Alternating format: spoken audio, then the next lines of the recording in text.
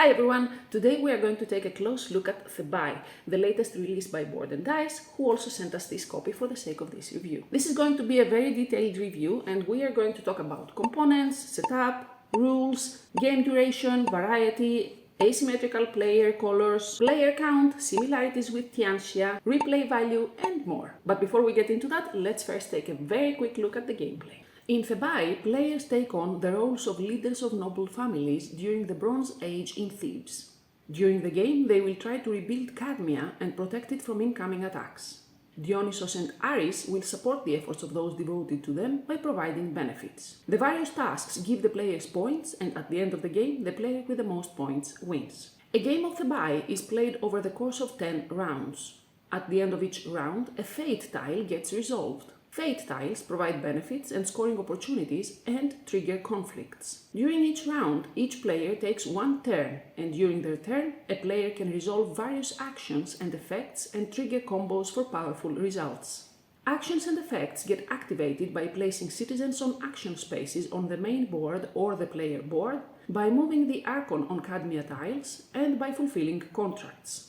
Through those actions and effects, the players gain resources, unlock more powerful action spaces, promote their citizens and hoplites, pray to the gods and go up the tracks for even more effects, prepare for the fate effects, and more. At the end of the game, and after final scoring, the player with the most points wins. First things first, Thebai is a game that comes with a lot of components that are of very nice quality, as usual when it comes to Board & Dice. What really stands out from the components are the Cadmia tiles that are very satisfying to hold and are actually thick wooden pieces that look like they have been painted and varnished on top for a very good looking and satisfying result. The iconography of the game has some room for improvement, but we'll talk more on that on the rules section. Our only complaint about the game is that we got bamboozled, and the bunch of dice that we saw when we opened the box are not actually dice. They are used to represent citizens and hoplites, and you just turn them around to see what level those people are. Because of all these components though, the setup is kind of long and tedious.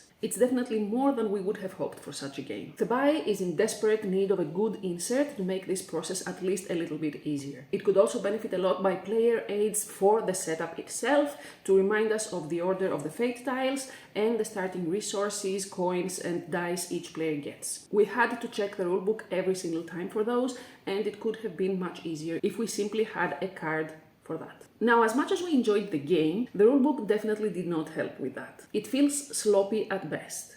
It's not a horrible rulebook, but I think we are stricter about Board & Dice rulebooks because they used to make them so good that I was always saying that they are the best rulebooks out there, and the final two games, this and Tianxia, are definitely a downgrade from that. Some of the iconography is off, as I mentioned earlier.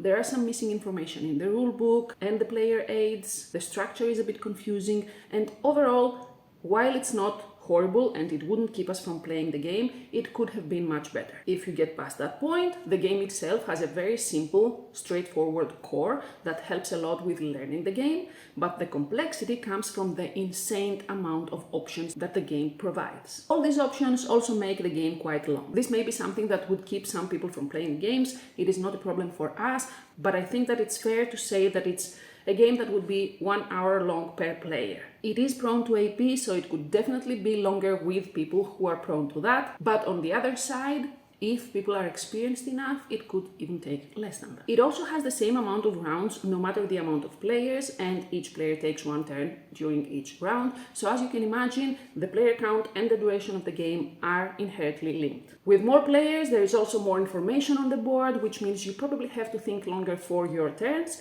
And unfortunately, it's a game that makes it quite hard to prepare your turn beforehand because everything that changes on the board affects your own choices as well. If you don't mind increasing the duration of the game though, that's an element that we normally consider positive. When we first read the rules for Thebai, it definitely gave us some Tianxia vibes. Being the leaders of noble families, expecting incoming attacks, the worker placement, going up on tracks, the two-player variant, the variable setup, all of those indicated that they may be similar games. Our main concern with that was the two-player variant because we play a lot of games with just the two of us and we don't enjoy having a bot third player to interfere with our plans. It turns out that compared to Tianxia, the two-player variant here is much less problematic And while it affects the outcome in a random way, it is so mild that it's quite easy to ignore. In fact, we thought that it is so easy to ignore that we actually removed it from our two-player games. And we are happy that it is something that you can do in Thebai without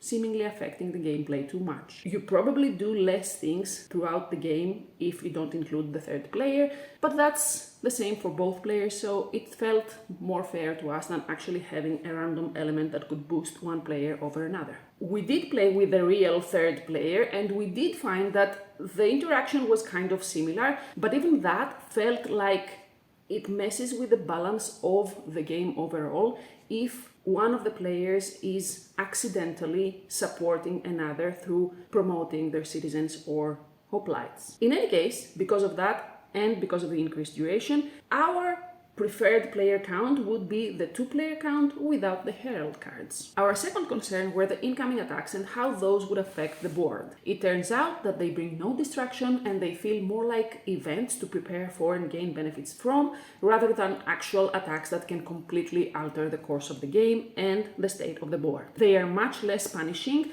but they are still very important. Actually, we think that they are so important that we haven't won a single game so far without focusing heavily on those, which is one of our concerns with the game long term. We did try focusing on other strategies and other paths to victory, but none of those seem to actually work. And while we are still unsure if you can actually win without focusing on the incoming attacks, the variable setup of the game does affect the strategy of each player and the little choices you make along the way. Apart from the variable setup, the four-player colors are also asymmetrical, making each color maybe play slightly different than the others.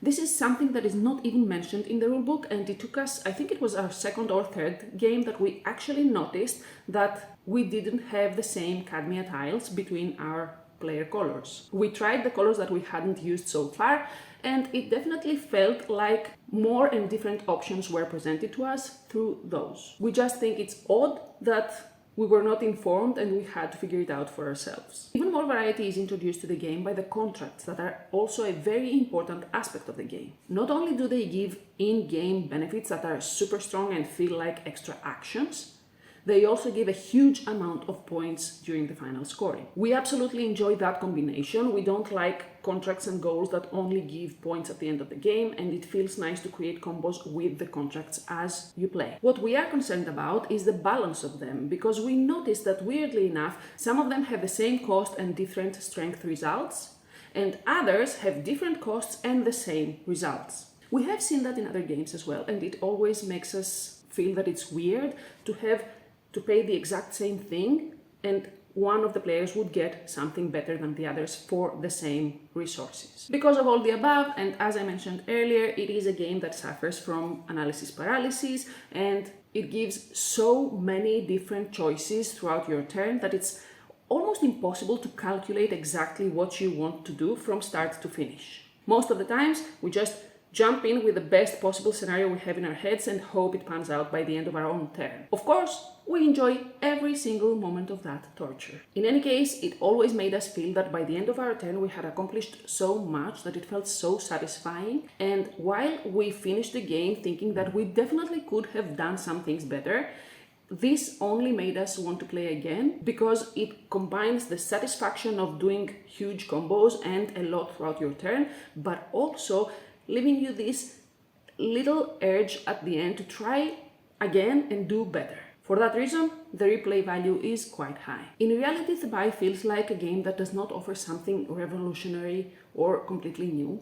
All the mechanisms are already familiar, but they get combined in a very interesting way that creates satisfying combos, impactful turns, and a fun experience, at least for us. I'm guessing that for this exact reason and for the duration of the game, it is definitely not a game for everyone, but it is a game for us, and it will definitely stay in our collection. In any case, whether you belong to the one group that will not enjoy the game or the other group that will enjoy it a lot, we hope that this video helped you decide where you stand. If you'd like to see more videos like this, remember to subscribe, hit the bell button to get notified whenever we upload a new one. I hope to see you in the next one. Until then.